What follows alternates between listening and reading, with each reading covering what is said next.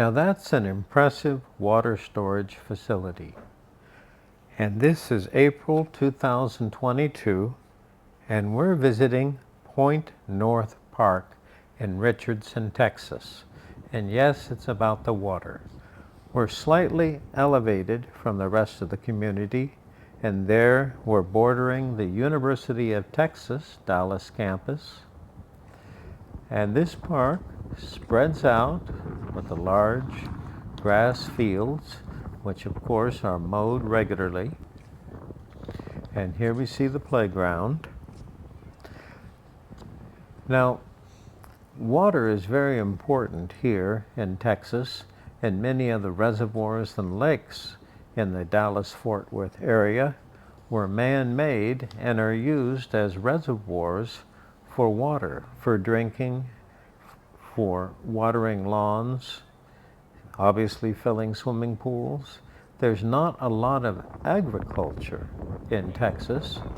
They do have, of course, cattle grazing, but most of the activity that you see there as you look into the open expanse of the fields is oil. Now, I don't see any jack pumps here in this area, because where are we? We're actually in North Dallas, and this is a residential university community. But here we do have an impressive park with a large playing field,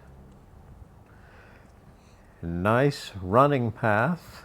Certainly I have a good, impressive jogging trail or running trail. Now, this is April, so we're coming there into the springtime in Dallas, and the grass is green. Now, of course, as we come into the summer months, July and August, it will get very hot and dry.